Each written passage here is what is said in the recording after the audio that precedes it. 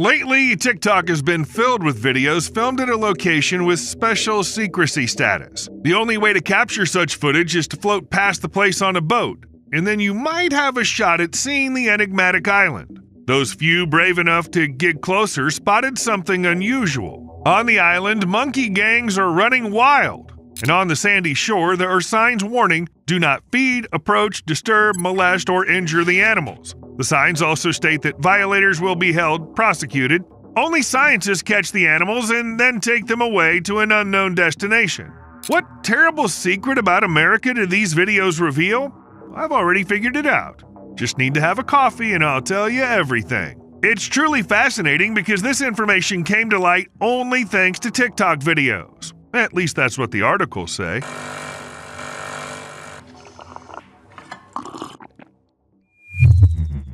Here's the most unobtrusive reminder ever to hit the like button if you actually do it. If you don't, just keep watching. I don't need your like, and this isn't a request, it's a reminder. That's all. So which island are we talking about? It's called Morgan and is located off the coast of South Carolina, about 80 miles south of Charleston. It's 4,450 acres of a mix of streams, swamps, and elevations dotted with mature trees and palms. Morgan Island is basically uninhabited, but a colony of around 3,500 freely roaming rhesus monkeys, which aren't native to the island, lives there. However, monkeys do live here, and there's even a private company to take care of them, with the contract reaching up to several $1 million a year. To ensure the primates are well, the island has several utility buildings. There, people provide them with routine veterinary care and also store all the necessary equipment. Besides medical help, monkeys are provided with food, water, and, in general, everything they might need. This is what the places where they hand out food and water to the monkeys look like. There's 17 of these places altogether. To keep this place in good shape, there are 7 people constantly working on the island: a manager, 3 staff members who take care of general maintenance and animal care, and 3 specialists who go out daily to observe the animals. Even though only specially trained researchers can get onto the island, there isn't any serious security or patrols checking the perimeter on Morgan, but if you think about it, they're not really needed, because there are plenty of reasons not to enter the secret area. There are fines for trespassing and workers who are always on the island and can call the police. Plus, there's video surveillance here, and you can get to Morgan by boat only. Most likely, no local will agree to take a curious tourist there unless you're ready to swim, but you'd have to really love monkeys and secret, mysterious places. I wouldn't do it. But what about the scientists that come to the island? It happens 4 times a year. The monkeys are given a sedative and then taken to labs in Washington. By the way, the trip takes place in climate-controlled trailers. You could say the animals are quite comfortable. In general, capturing animals living in essentially wild conditions can be a tricky task, but the team has turned the procedure into an art form. When it's time to catch a new batch of monkeys, feeding stops at the usual spots and food is placed in 10 metal enclosures. The monkeys head into the enclosures and can't climb back up the smooth walls. The staff is trying to increase the monkey population on the island, so they release females and selected adult males into the wild. And to avoid confusing the monkeys, they give them tattoos for identification, and the information is logged into a database. While the females and some of the males continue with breeding, the year-old males are put in small enclosures and sent for research. Each year, up to 600 monkeys are taken from the island for experiments. They're all sent to researchers working on creating vaccines and new methods for treating dangerous diseases. Legally, Morgan Island is owned by the South Carolina Department of Natural Resources, so it's just an ordinary island. However, the monkey colony is overseen by the Federal National Institute of Allergy and Infectious Diseases.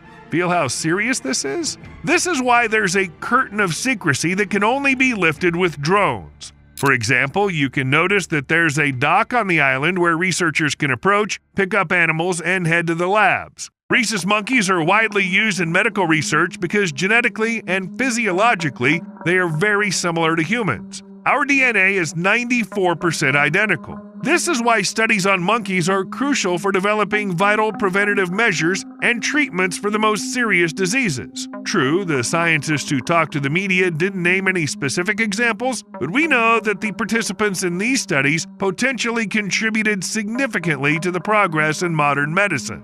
A quick note, I'm not giving any judgment on the whole situation, I'm just stating the fact that such an island exists.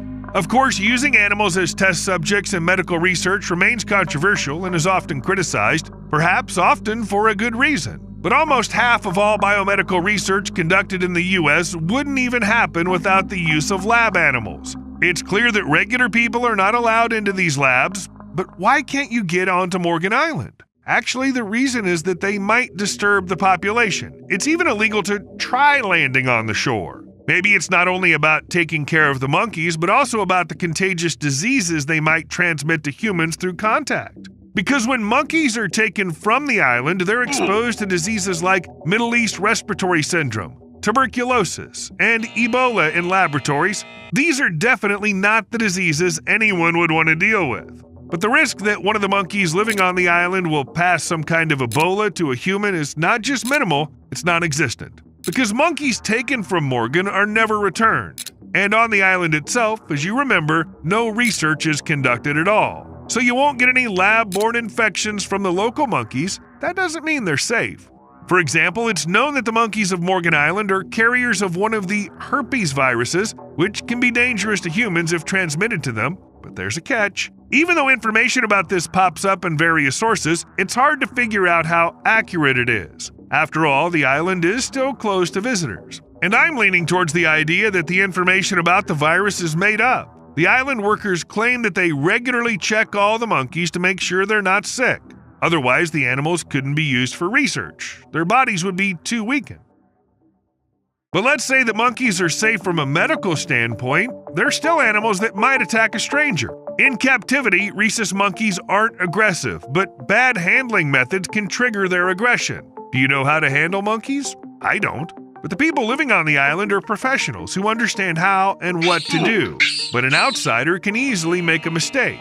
I'm still not making any judgments about what's happening, but I have this feeling that I shouldn't have covered this topic after all. But I hope I won't get my ass kicked by YouTube. This is a fact proven by a bunch of sad examples. An important factor in monkey attacks on people is often the lack of knowledge about the animal's body language, facial expressions, and vocalizations. So you look at a monkey and have no idea what it's trying to tell you. It seems friendly, and monkeys, by the way, usually give warnings before attacking someone, and it's these warnings that are often taken as friendliness. In addition, monkeys can become aggressive around food when they're being fed or in response to stress, and unfamiliar people nearby is a pretty stressful situation. This is true even for some people, not just for monkeys. In Florida, rhesus monkeys sometimes attack people, and they do it without any visible cause. One moment they're calmly sitting, and the next they're growling, hissing, and running after you with clearly not the friendliest intentions. By the way, male rhesus monkeys have sharp 2-inch-long canines, which can inflict serious injuries on a person.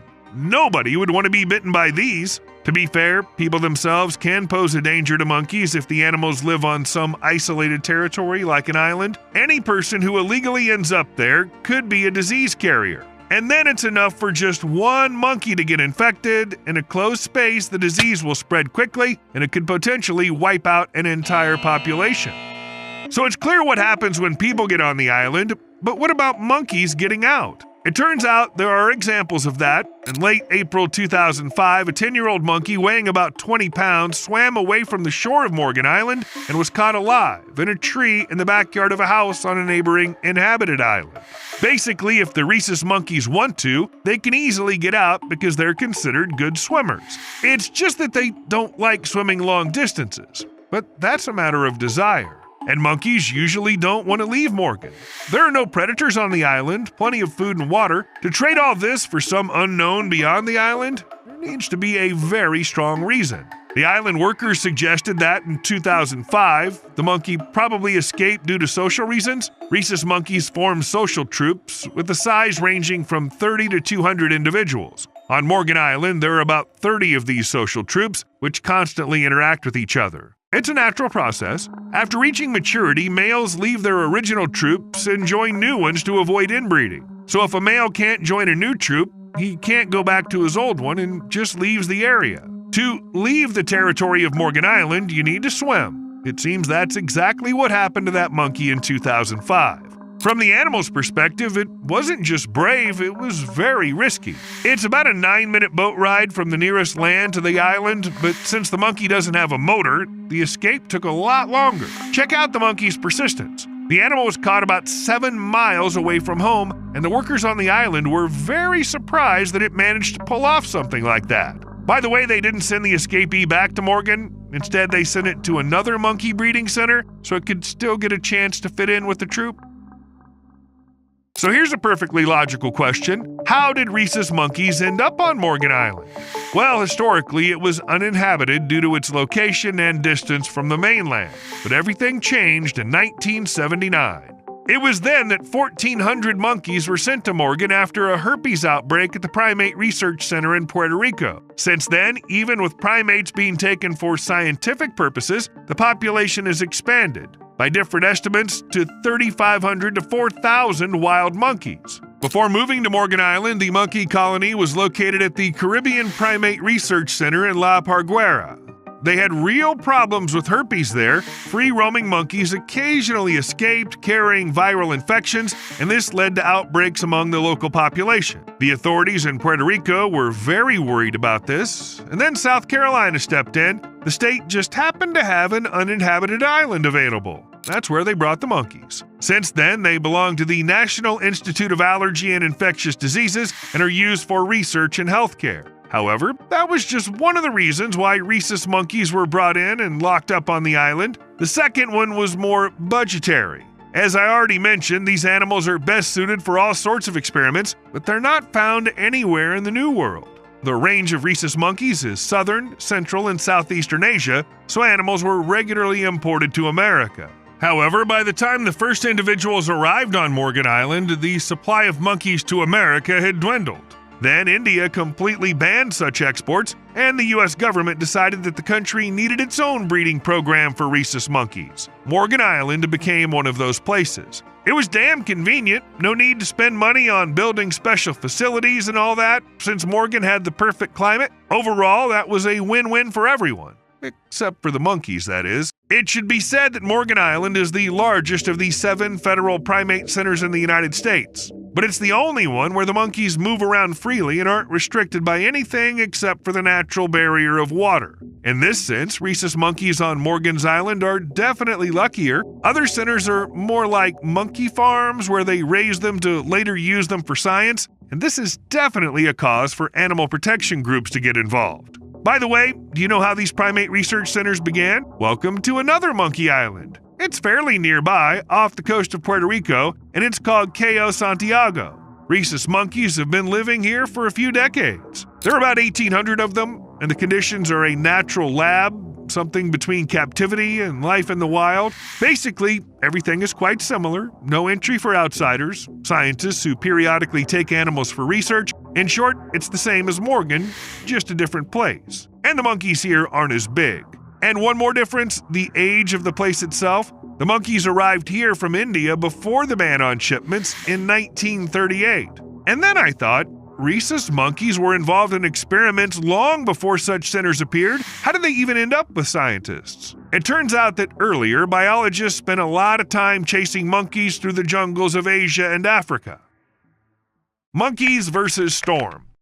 Unfortunately, isolation and bans on human visits don't protect animals from natural disasters. In 2017, the monkeys on Cayo Santiago experienced the devastating Hurricane Maria. The winds were blowing at speeds of up to 155 miles per hour, crashing into houses and buildings in Puerto Rico, wrecking everything in their way, including electrical grids and communication systems. Researchers had no chance to get to Monkey Island and see if anyone from the population survived. In the end, when the hurricane died down, the team hired a helicopter to fly over the island. They saw that the vegetation was severely damaged. 2/3 of the trees had been ripped out by the wind. The destruction looked so terrible that the scientists thought the monkeys had died, along with 80 years of work. But it turned out that most of the population had survived, with only about 50 individuals not making it through Maria. Scientists still don't understand how monkeys managed to survive. And when they studied monkey blood samples, they found that their immune system had aged on average by 2 years. This is from 6 to 8 years in human years. By the way, they made attempts to restore the vegetation on the island afterward, but the monkeys are inquisitive and pull out the trees before they get a chance to take root. Mysterious carcass. When you live near a closed-off island where the inhabitants are involved in mysterious experiments, you can't help imagining some weird things. So when, during a walk, a local discovered a mysterious creature with no eyes, big teeth, and a weird shape, he immediately thought, it's an escaped mutant. Who else could it be? A terrible carcass of an animal discovered on a South Carolina beach quickly caught the attention of international tabloids. Right away, people started talking about how the unknown animal escaped from an island where monkeys live, and it's clearly not a regular monkey, maybe even a chupacabra created by scientists. But in reality, the animal couldn't have escaped from the island. It was more than 100 miles from where the body was found, and the teeth don't look like the teeth of rhesus monkeys at all. Most likely, the creature was a raccoon or an opossum in life, and death, well, just changed it a lot. On the verge of closing.